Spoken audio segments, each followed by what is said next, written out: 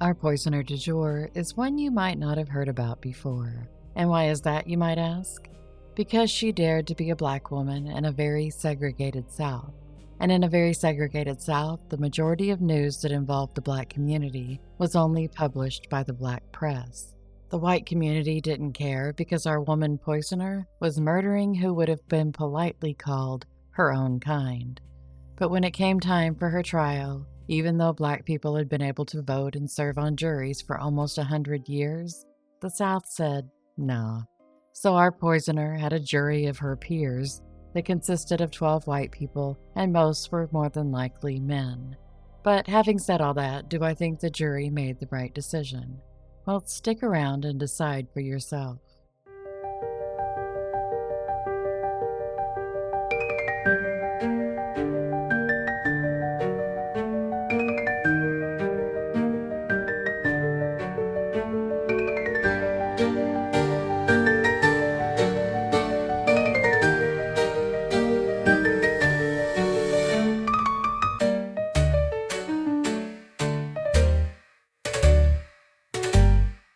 Welcome to, or welcome back to, the Agatha May Detective Agency.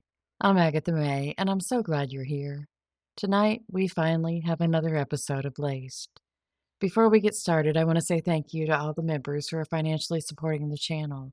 I am so grateful for your support, and I couldn't do this without you. And if you'd like to help out, there are links in the description box for available memberships. We begin our story in early 1900s, small-town Georgia, which is where a lot of good stories begin. On February 5th, 1909, Jim and Callie Brown became the proud parents of a daughter who they named Roberta.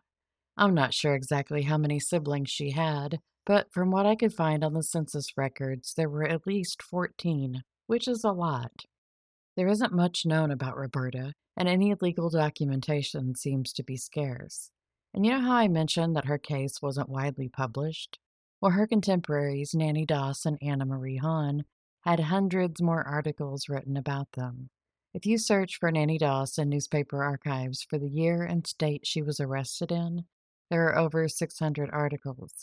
And using the same criteria of arrest year and state she was arrested in, there are over 1,000 articles written about Anna Marie Hahn. Roberta's arrest garnered a mere 23 mentions in her home state of Georgia. Roberta didn't attend school as a child, but had learned to read and write at home.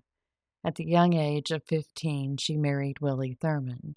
They lived in Watkinsville and had a daughter named either Lily or Lizzie, who died as an infant, and then had a son, James Willie, who was born in 1925.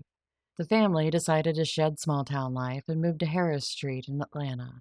They had another daughter named Willie Mae, who was born on March 19, 1931.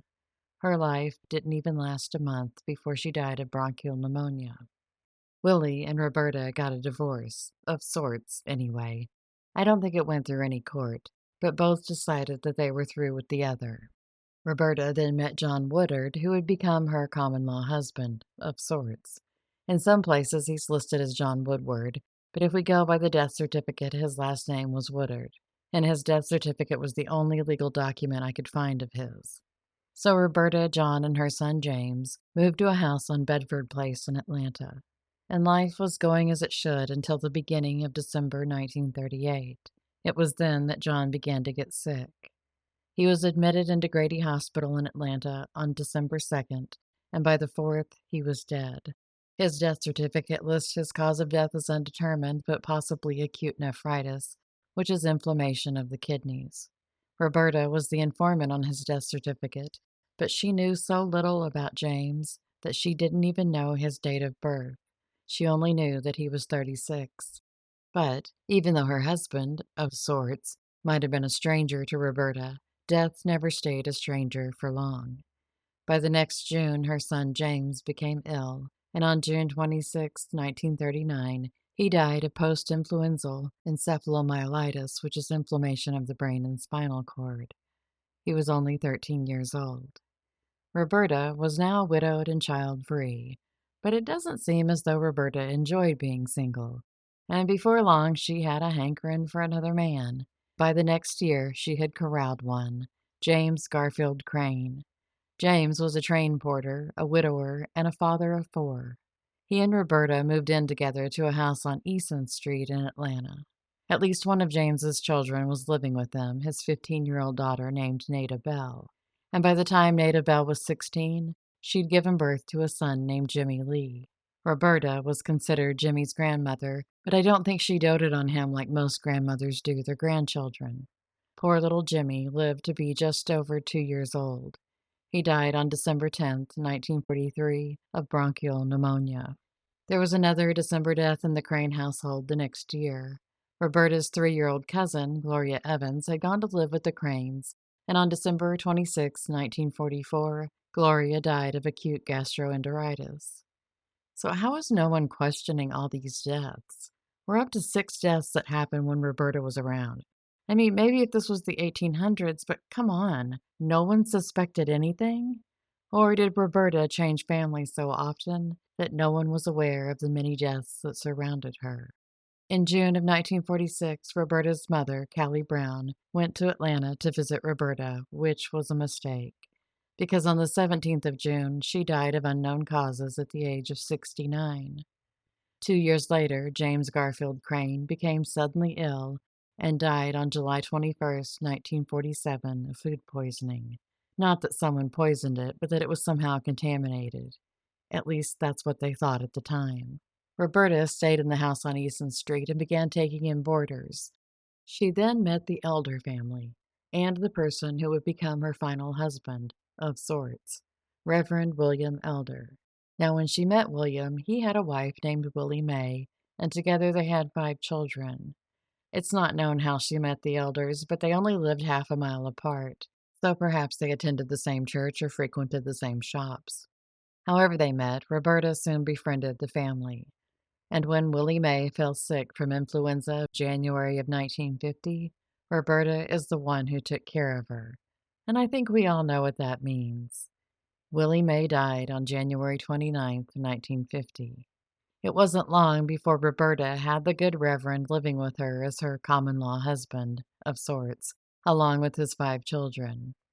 Sadly, as it was with most children who ever dared to be around Roberta, 2 of William's daughters died of pneumonia in 1951. 9-year-old Fannie Mae died on January 11th, and 15-year-old Annie Pearl on March 23rd. William had just a little over a year to mourn the loss of his daughters. So now we're up to 11 deaths, and still no one batted an eye? Someone's eye should have been batting like they were running on adrenaline and amphetamines.